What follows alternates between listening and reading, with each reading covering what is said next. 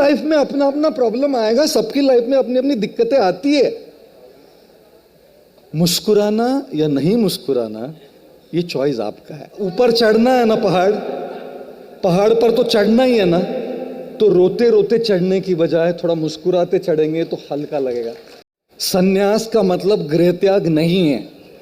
सन्यास का मतलब आपकी मनोभावना, आपका माइंड सेट है।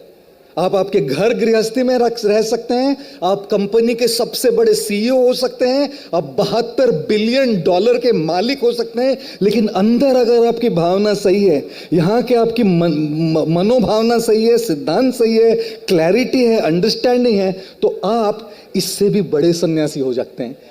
मैंने एक बात सीखी है अपनी लाइफ में, अगर आपको अपने दिल से, अपनी रूह से, अपने भीतर से, अपने पूरे एग्जिस्टेंस से लग रहा है कुछ करना है, तो कई बार थोड़ा रिस्क लेना पड़ता है। हो सकता है वो गलत हो सकता है आपकी गलती हो जाए, लेकिन जब तक गलती नहीं करोगे अनुभव कहां से आएगा? जिंदगी की हर सुबह कुछ शर्तें लेकर आती है और जिंदगी की हर शाम एक तजुर्बा देके जाती है। जब तक तजुर्बा नहीं आएगा तब तक आगे कैसे बढ़ेंगे? तो दुनिया कहेगी यहां जाओ या मत जाओ, पेरेंट्स कहेंगे, फ्रेंड्स कहेंगे, आप वहां जा सकते हैं और वो गलत हो सकता है। तजुर्बा मिला क्या करना चाहिए क्या नहीं करना चाहिए। देखिए जी, दुनिया में अगर कोई ऊपर जा रहा है ना, वो बस तजुर्बे से जा रहा है। तजुर्बे की कीमत है दुनिया में, ज्ञान की नहीं। और वो जो तजुर्बा है, वो तजुर्बा आपको ठोकर खा के, गलतियां करके ही मिलता है। आप कैलकुलेटेड रिस्क लीजिए, पैसा अपने जॉब से स्टार्ट में कमाइए और अपना पैशन साइड बाय साइड में बरकरार रखिए, साइड में उस पर काम करते रहिए। हो सकता है एक दिन ये पैशन आपका प्रोफेशन हो जाए और तब तो क्या जी, मचा डालेंगे। पेशेंस और कंसिस्टेंसी, छोटी छोटी चीजें रोज कंसिस्टेंटली सही तरीके से करने से ही बड़ी बन जाती है। कोई भी बड़ी चीज बड़ी नहीं बनती, छोटी छोटी चीजें हर रोज कंसिस्टेंटली पेशेंटली करने से ही बड़ी होती है। हैप्पीनेस कभी भी ऑटोमेटिकली नहीं होता है। प्रॉब्लम्स ऑटोमेटिकली होती है, समस्याएं ऑटोमेटिकली होती है। हैप्पीनेस की चॉइस करनी पड़ती है। देखिए, जो भी कोई हैप्पी इंसान है, इसका मतलब ये नहीं कि उसकी ज़िंदगी में सब सही चल रहा है। हर रोज कोई एक ट्रिगर होगा, कोई एक स्टिमुलस होगा, कोई एक कारण होगा जिससे हम डिस्टर्ब रहेंगे। देखिए, प्रॉब्लम्स ऑटोमेटिकली होती है, हैप्पीनेस को चूज करना पड़ता है। एंगर, गुस्सा ऑटोमेटिकली आता है, शांत रहना चूज करना पड़ता है। नफरत ऑटोमेटिकली होती है, प्यार चूज करना पड़ता है। नेगेटिविटी ऑटोमेटिकली होती है, पॉजिटिविटी चूज करनी पड़ती है। और ये चूज करने के लिए तो इंसान बना है। इंसान में जो, हमारी आत्मा में जो हमको पोटेंशियल दिया गया है, वो चूज करने के लिए तो दिया गया।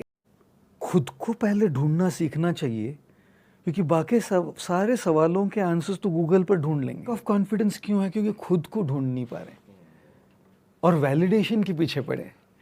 जो इंसान खुद को ढूंढ लेता है, उसको भले ही सामने वाला वैलिडेट करे नहीं करे, उसको फर्क नहीं पड़ता। ये खुद को ढूंढ लिया है, खुद में क्या स्पेशलिटी है, खुद में क्या विशेषता है, ये ढूंढ लिया है। वो जो ढूंढ लेता है, उससे जो कनेक्ट हो जाता है, उसमें तो कॉन्फिडेंस आती है। लेकिन जब वैलिडेशन के पीछे पड़ते, जैसे सोशल मीडिया का पूरा जो एज है, लाइक्स व्यूज वाला जनरेशन है ये, तो मेरी कॉन्फिडेंस आती है लाइक्स से, मेरी कॉन्फिडेंस आती है व्यूज से। जिस दिन व्यूज कम, उस दिन कॉन्फिडेंस ढीला ढाला, जिस दिन व्यूज ज़्यादा, उस दिन कॉन्फिडेंस बहुत बड़ा। इसलिए मैं कई बार कहता हूँ, don't work for an applause, work for a cause. Don't work to impress, work to express. से पहले ये जानना बहुत ज़रूरी है कि कोई भी इंसान परफेक्ट नहीं है। किसी इंसान से ना परफेक्शन की एक्सपेक्टेशन सबसे बड़ी गलती है। कोई भी इंसान, माता पिता जो है हमारे, वो पूजनीय है, वो आराधनीय है, परफेक्ट नहीं है। हमारे जो गुरुवर्य है, वो पूजनीय है, आराधनीय है, परफेक्ट नहीं है।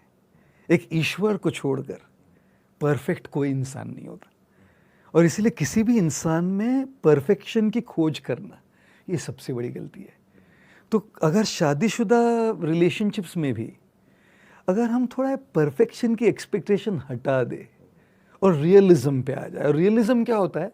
पैकेज डील होता है जी। सब में अच्छा है, सब में बुरा है। कोई भी इंसान पूरा अच्छा नहीं होता, कोई भी इंसान पूरा बुरा नहीं होता।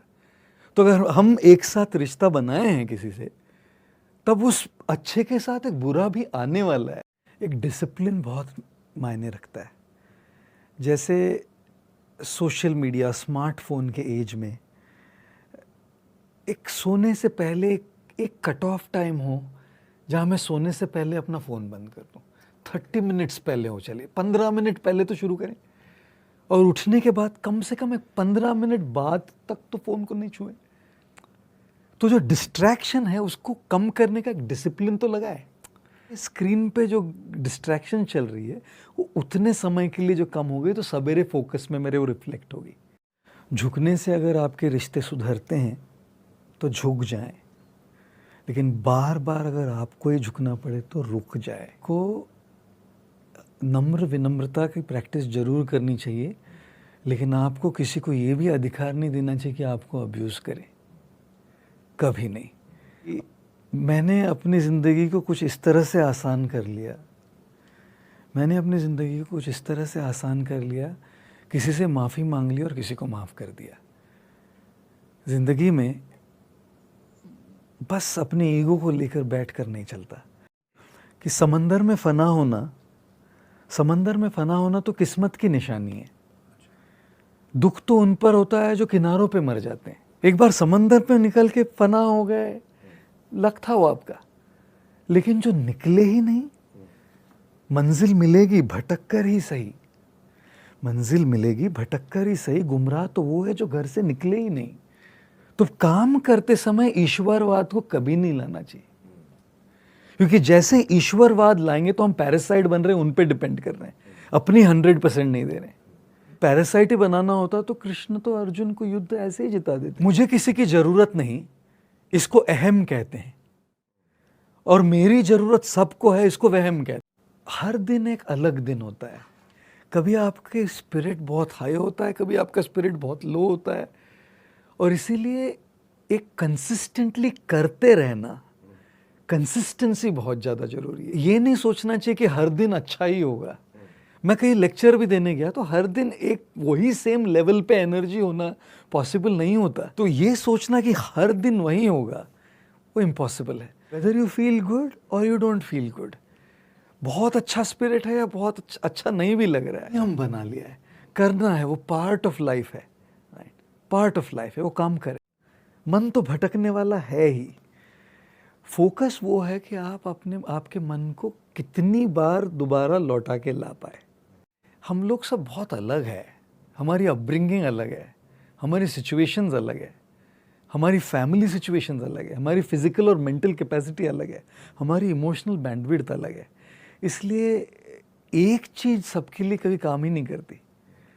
तो मैं ये ज़रूर कहूँगा कि अगर किसी को ये इच्छा है कि मुझे सवेरे थोड़ा जल्दी उठना है, तो आप बस एक घंटे या 2 घंटे से सोच ही क्यों रहे हैं, 5 मिनट जल्दी उठना शुरू कीजिए ना। 5 मिनट तो बहुत ज़्यादा मुश्किल है नहीं। 5 मिनट्स अर्ली, आप 9 बजे उठते होंगे अभी, आप 8:55 को उठना शुरू कीजिए ना। आप 5 मिनट जल्दी उठ रहे हैं, और अगर 8:55 की आपकी आदत बन जाए और आपके लिए वो कंफर्टेबल हो जाए, तो आप 8:50 कर दीजिए या 8:30 कर दीजिए। इतने लोग हैं जो छोटे छोटे माइक्रो चेंजेस लाकर मैक्रो ट्रांसफॉर्मेशन ला पाए हैं।